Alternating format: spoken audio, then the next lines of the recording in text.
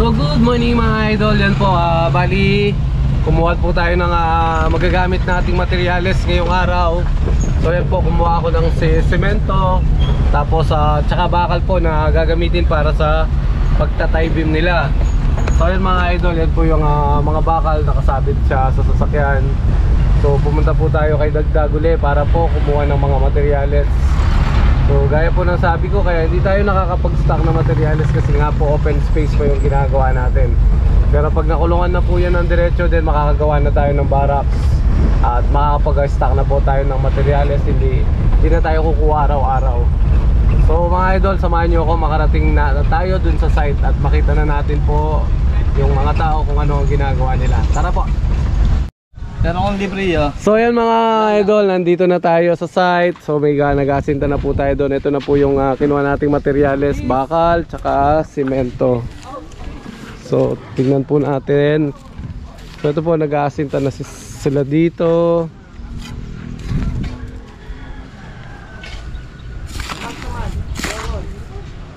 Yan po yung ating pambato,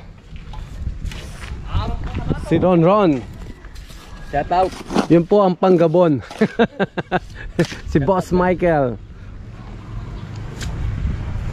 So po bali asintahan po nila rito hanggang doon sa 4 na patong. Then si Warton nag-ano na po doon, nagpo-forma na para mabuhusan na rin po yung mga posting na tapos dito. 1, 2, 3, 4, 5 po yung posting bubuhusan.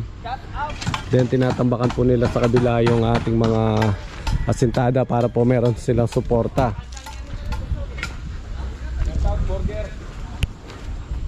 Sahod na ngayon, huwag kayong magano-ano. So yan po, tinatambakan na nila yung nasa kabila para po may pang suporta na yung ating mga hollow blocks na nakasinta. So yun mga idol, dahil break time natin, dumating si sir. So bumili po tayo ng hamburger dito sa anong pangalan ng nila dito. So may tapat po ng supermerkado. Then bumili tayo ng mamimerienda ng mga tao natin. Apya. So yan, balik po tayo sa site para po makapagmerienda muna sila. Bumili na rin po tayo ng ng mga soft drinks. So ayan po yung mga merienda nila. Then bumili po tayo ng 5 paris na hamburger. Tara idol, samahan nyo ako, makabalik tayo dun sa site dahil andun po yung nagpapagawa ng bahay. Ito naman, kaya mapali. So yun po mga idol, may bumisita sa atin dito sa trabaho natin. Shout out. Yan po, si Bulik sa Kalam.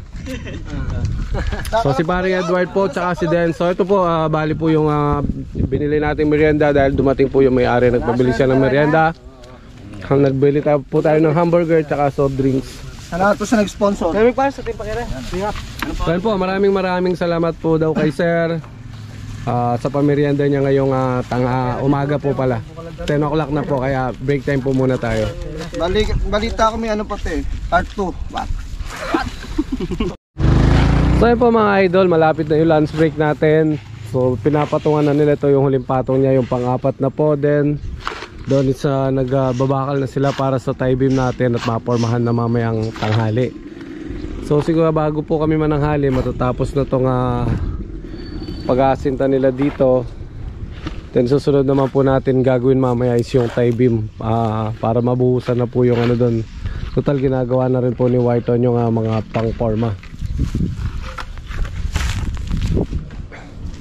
So yan po yung kumbaga ito na talaga yung elevated pa lang po ng kalsada. Then magtataas po tayo ng 20 para sa tie beam po natin.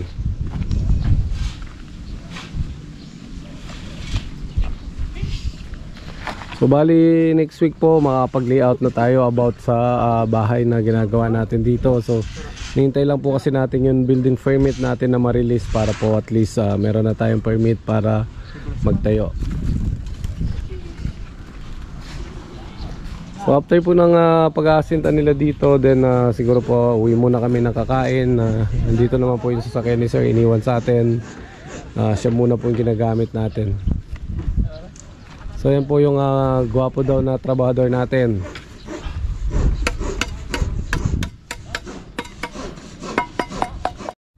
So yun mga idol, bali natapos na nila itong pang-apat na patong na asintada natin. Lunch break na tayo. Then mamaya po is yung tie beam naman po ang gagawin nila, popormahan nila para po mabuhusan natin. So tara po mga idol, uwi po muna tayo at makakain. Balik po tayo mamayang 1 o'clock. Okay. So yan po yung mga gwapo nating mga tauhan dito. Kayo na po ang musga kung sino yung pinakagwapo. Tingin nga isa-isa. So yan po mga idol, 1 o'clock na. So ayan na yung mga bata natin. Sabay-sabay na po kami pumasok. Ay nako. O yan po, pagka baba nila merienda kagad ang hinahanap. Meron pala silang dalang nilagang mani. So yun po, bali magpiprepare na tayo. Yun po yung mga tie beam, tutuloy na nila yung pag-assemble din, bubuhusan na po natin. Pagka forma po, buhos na kagad. So mga idol, bali pinopormahan na po yung ating mga tie beam. Then nakaprepare na rin po yung mga halo natin. Pagkatapos po nila mag-forma, bubuhusan na natin. So yun mga idol, habang pinopormahan nila banda rito, pabubuhusan natin yung natapos nila doon. Para at least po may natatapos sila, matatapos yung pagpoporma nila, nakasunod na po yung buhos natin.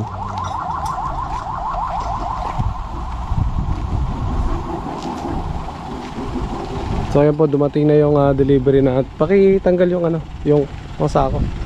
Dumating na po yung delivery natin ng buhangin. So para meron na tayong gagamitin sa Lunes.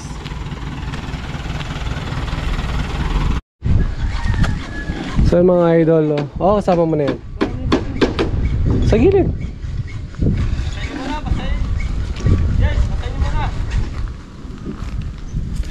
So yun mga idol, abuhusan na nila itong mga poste dito. So dito niya muna ilagay yan.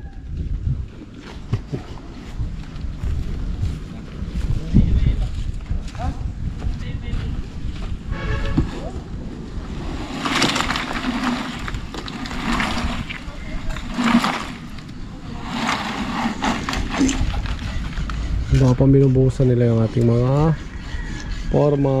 Then yun isa pa, wala pa po kasi isa nakaporma na dito. So ba sa Lunes po is makakapag-tie beam na tayo dito. Ay makakapag-asinta na rin po tayo ng panibago. Kasi baka po aabot pa ng mga 4 hanggang 5 patong yung asintada natin dito.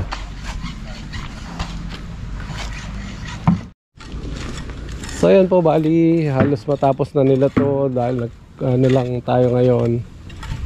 Kukunti na lang, tapos isang posting yan, siguro isang haluan na lang po, mga isang supot ng semento. Then magliligpit na po tayo at uwian time na. Sabado naman po ngayon, araw ng sahod.